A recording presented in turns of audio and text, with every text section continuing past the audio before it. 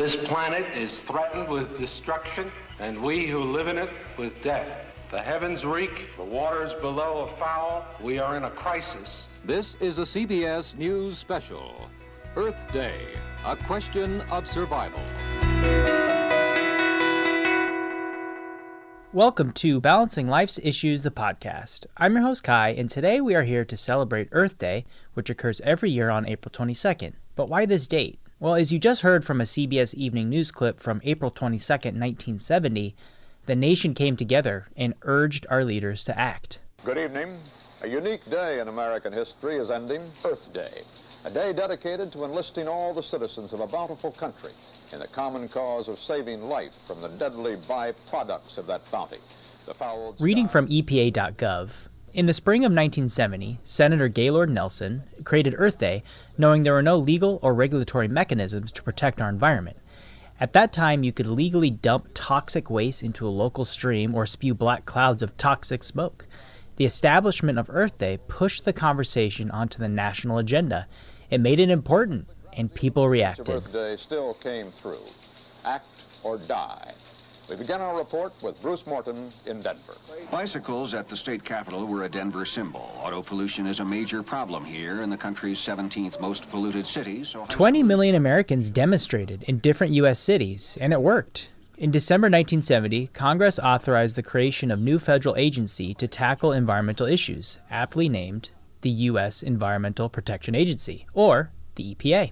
I wasn't one of those 20 million Americans. This was before my time, but I happen to know someone who was there. Hi, my name's Beth Pollack. I am a corporate trainer on stress management, green trips for the homes, and special needs parenting. I just wanted to find out from Beth, what was it like back on that day in 1970? Because as I sit here today, I had no idea that Earth Day 1970 was such a huge deal. Well, I was on Long Island Sound, and we were outside in middle school on a field trip, and it had university students there, so that was exciting, seeing big kids, and it was very hopeful. I mean, pollution existed. Yes, you're being responsible, and, what can we do? Let's fix and face the challenge. So not so scary as today, as we hear with global warming. So I guess it's this sense of hopeful versus where we are today, which feels more dire. And as a new dad, I just kind of want to get a better sense of what's my role in preparing my son for a world that he'll be growing into. Well, I think normal is just what you're used to. So my normal was vegetable garden and giving to others and getting cow manure, knowing what plants live together well. My mother had a greenhouse, and that really motivated some of the passive solar. She didn't want her plants to die if we were out of power because the sun did it. And that was like 1973. So it's doing the talk, right? Doing the talk. And it's clear Beth's parents put her on the right track towards being more mindful about her footprint. But what was the biggest difference between then, that time in 1970, to today? Now we look at how many Amazon packages do we get. It's so easy to consume. We look at our wants, needs, and in the interest, that's the mediation part of my trainings. If I look at the interest, I want an earth to be healthy. Do we pick up more than the mess we know we made? Because we're always making a mess. So, and the last thing I wanted to hear from Beth was, what lessons can we apply from that time in 1970 to what we're dealing with today? There's power in collective. People, as Mr. Rogers would say, in hard times, look for the people who are doing good. And knowledge is power. It was a national movement that worked globally. On the simplest level, with children in mind, are the waterways and the pathways clean? Do they look good? Would they be healthy habitat for animals? How do we produce those habitats, and set boundaries? Yeah, this is what is important to me. So as we look to the future on this Earth Day, it's not about the world you and I live in today, although it's clearly rapidly changing due to our impact. The ramifications are worse for those who we are bringing into this world, like my son Miles, who just turned 9 months old. So I wanted to bring on someone who I can empathize with due to the amount of time we don't have anymore because he is also a brand new dad. And not only that, he's the multimedia specialist here at BLI. Welcome to the show, Greg. Hey, thanks for having me. Of course. This is your first public podcast. How you feeling? Yeah, good. I'm usually behind the scenes, so this is kind of weird to be in front of the microphone, but here we are. Well, no pressure. Well, I should say the pressure is off, or maybe there's a little bit of pressure. I guess we'll find out. What does Earth Day mean to you? Earth Day is about, to me, preserving the environment and ecosystem, and a way of leaving a responsible footprint on the earth as humans. Great answer. We know the internet is flooded with information and it's hard to separate fact from fiction, right? Even as I was preparing for this episode, I had to peel back a few layers. But I just wanted to get you and our listeners hip to a few resources I came across as a good starting point. Does that sound good to you? Yeah, let's hear it. All right, so there are 3 great resources you need to know about, okay? The first one is the EPA.gov. And specifically for Earth Day /Earth Day. And then there's another great resource called earthday.org, which is the foundation built around Earth Day, which is every year on April 22nd. And then the last one is, you're going to love this name, treehugger.com. Nice, totally hippie vibes. I like that. Very much so. But treehugger.com is great because there's a search function, so you can type in something like plastic recycling, and it'll give you a list of articles that they've written that are sourced scientifically. So you can see the sources at the bottom of the page. So if you need even further in-depth dive into what you're reading, you can go even further. It's pretty cool, right? Nice. Okay. Bookmarked. And so knowing all this, I kind of just wanted to throw out 3 to 4 things that are really easy, not very time consuming, and are easy on the wallet. Sound okay? Yeah, this is perfect. All right. So first one, how often are you dealing with like your junk email? I'll go through like a sweep of like unsubscribe, maybe like twice a year. Okay, cool. I mean, I'm more of like a daily rhythm, like don't email me, I'm getting rid of you, right? I just want to keep my email clean. But did you know there's a service where you can opt out of your physical junk mail? I had no idea. Right? I didn't know either. I get all kinds of crap in the mail that I don't ever read that goes straight into the trash, right? And it should be no surprise that the effects of that are far-reaching. And according to the EPA, well over 4 million tons of junk mail is produced each year, and about half of that ends up in landfills, mostly unread. Yeah, I'm just thinking about like how many times I go to the mailbox and then to the trash can. Exactly. And like, that's a lot. So you can say goodbye to those pre-approved credit card stuff. All that can go away in a really simple step. All you have to do is go to optoutprescreen.com. Okay. Okay? You're going to provide some information, and you're good. However, Greg, I got to hip you. There's one small thing that might hang you up, and I want you to take a deep breath before I tell you. Are you ready? Okay. You have to mail in the confirmation after doing it digitally. It's just totally, I don't understand it, but... Well, it's like the nail in the coffin, right? It's just exactly. Like, here's Are the you little, sure? Like, yeah. Are you really going to send us your opt-out? So yeah, you got to do the digital form. We'll put all this information in the notes of this episode, so you guys have the links. And it could just be like anything. So it's just like, the American Express like offer card. Great question. Like... This is specifically for credit companies. Okay, it's going to get you off their mailing lists. Okay, that's good. That definitely cuts down like at least half of the junk mail. I'm more like 75% of my junk mail is credit related. I think like the other parts are just like silly. Like food service things, like stuff from HelloFresh, like all the time. So we're gonna get to that one next. But first, have you switched everything over to paperless? Where I all your bills? Yeah, there are a few that like municipality things that like have to be by mail. But yeah, I'm pretty good about that. Cool. And when it comes to the local stuff, that'll be the last thing we touch on. So is making sure we're all going paperless with our bills and all that kind of stuff. So the second one is, have you ever heard of Data and Marketing Association? No. Well, apparently, it's the largest trade association in the U.S. devoted to serving all aspects of marketing. And they basically control the mailing lists that maybe folks like HelloFresh are able to access in order to send you information if you haven't necessarily signed up for their services. So in order to opt out of those kind of marketing lists, you have to go to dmachoice.org and create a profile. The great thing is you can add up to 5 names per household on this profile. The only catch up here, though, is it's a $5 registration fee. So if you got $5 and you want to be opted out of those kinds of things, definitely go for it. I took a look at my junk mail. I don't really get a lot of that, so I haven't decided necessarily to sign up for that service quite yet. Okay. All right. Cool.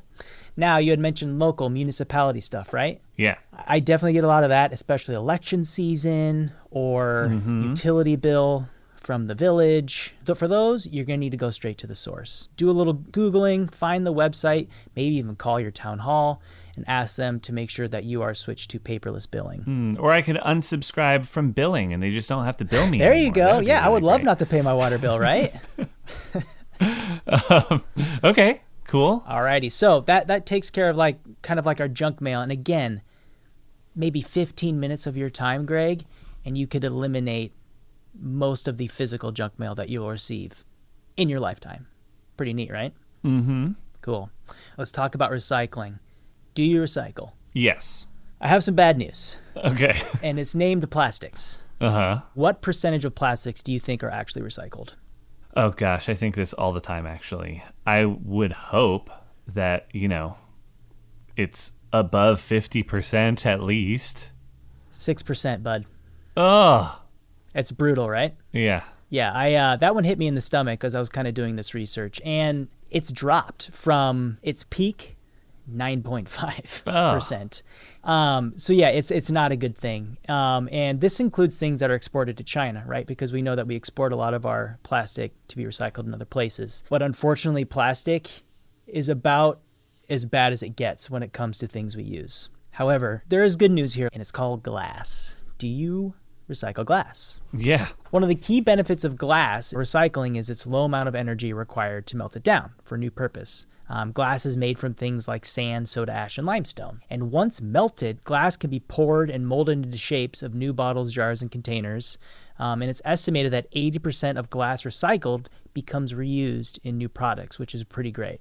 Okay, that makes sense. And sometimes when you're on the beach and you see glass, worn glass that's been around forever and it just blends in with the rocks. So that even what you're saying makes a lot of sense to me. Do you know what I'm talking about? The problem is it takes 1 million years for glass to actually go away. So in a sense, I hear what you're saying, but I think we should reframe it in two different ways. First, there's glass you can recycle. Clear glass that's used in containers, bottles, and jars can be recycled. Yeah. So there's glass that you cannot recycle or you need to find out more information about.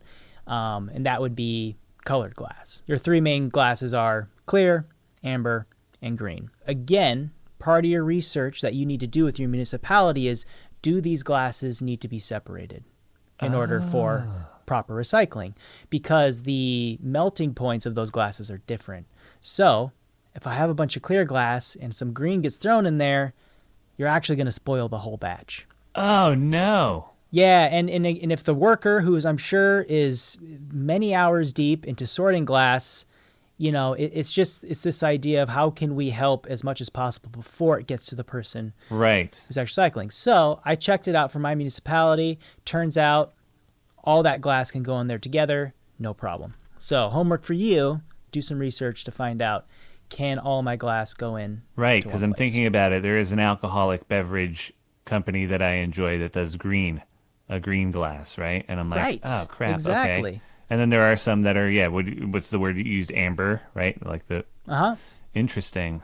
Now, Greg, I overheard that you have a bag full of light bulbs over there. I do. I'm like, what do I do with these?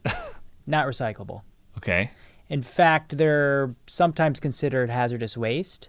So you need, again, contact your local recycling center to see if they have an option for recycling these, or a local consumer store like a Lowe's or a Home Depot should have places for you to be able to get rid of those things, along with windows, mirrors, all those kinds of products that we can't recycle. Okay, good. Okay, we're going to be wrapping up here shortly, I promise, but let's talk laundry. You ready? Yeah. How much laundry do you do now? Oh my God. All the time. It's our loads increased, probably 2 to 3 times, and then folding time exponentially increased because you're folding these little tiny things. Yeah. So I wanted to hip you to something called Earth Breeze laundry detergent, Eco Sheets. Cool. So Okay. we were able to get rid of your big plastic laundry detergent thing. We get in the mail once a month. It's 30 sheets of laundry detergent that smell great and are great for baby skin too, so you don't have to worry about that. And it comes in a paper envelope, which is completely recyclable. Interesting. And so, like, this obviously is not like the liquid detergent that we're used to. It's just like a sheet. No, it just comes in like a sheet. Yeah, and if you get it wet, it's going to go away, right? It's kind of like cotton candy, I guess. And how big of a load does one sheet do? Is that like one full load? Full load. Holy cow.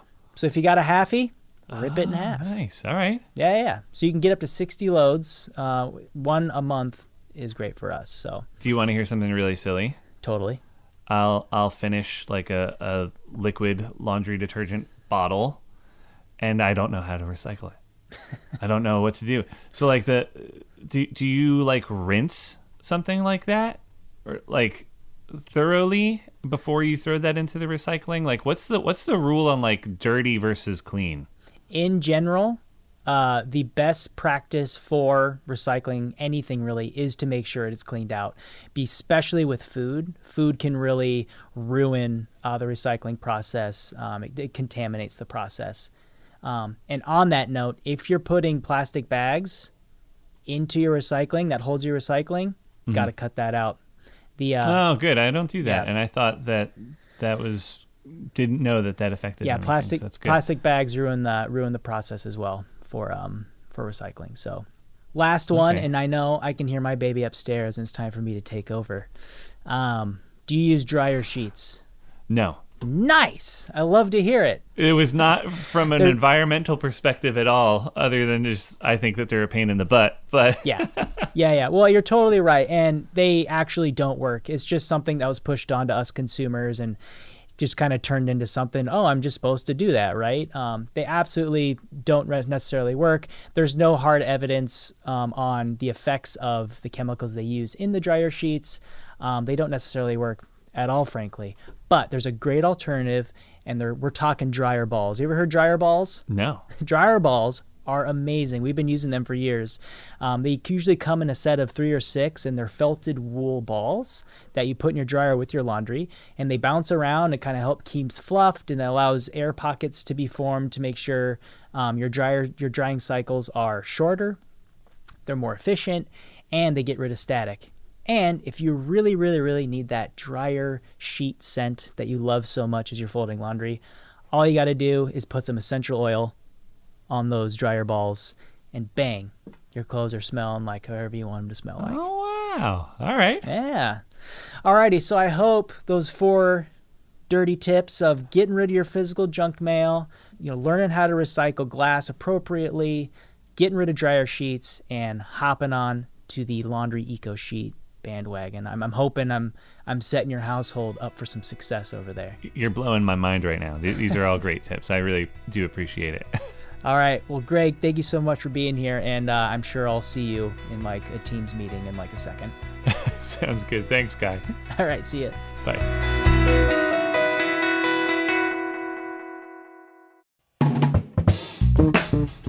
This has been a production of Balancing Life's Issues with your hosts, Kai Sorensen and Wendy Wellner. Produced by me, Kai. Rate, leave a review, and subscribe to the podcast wherever you listen so you can get brand new episodes as they drop. Got an idea for the show?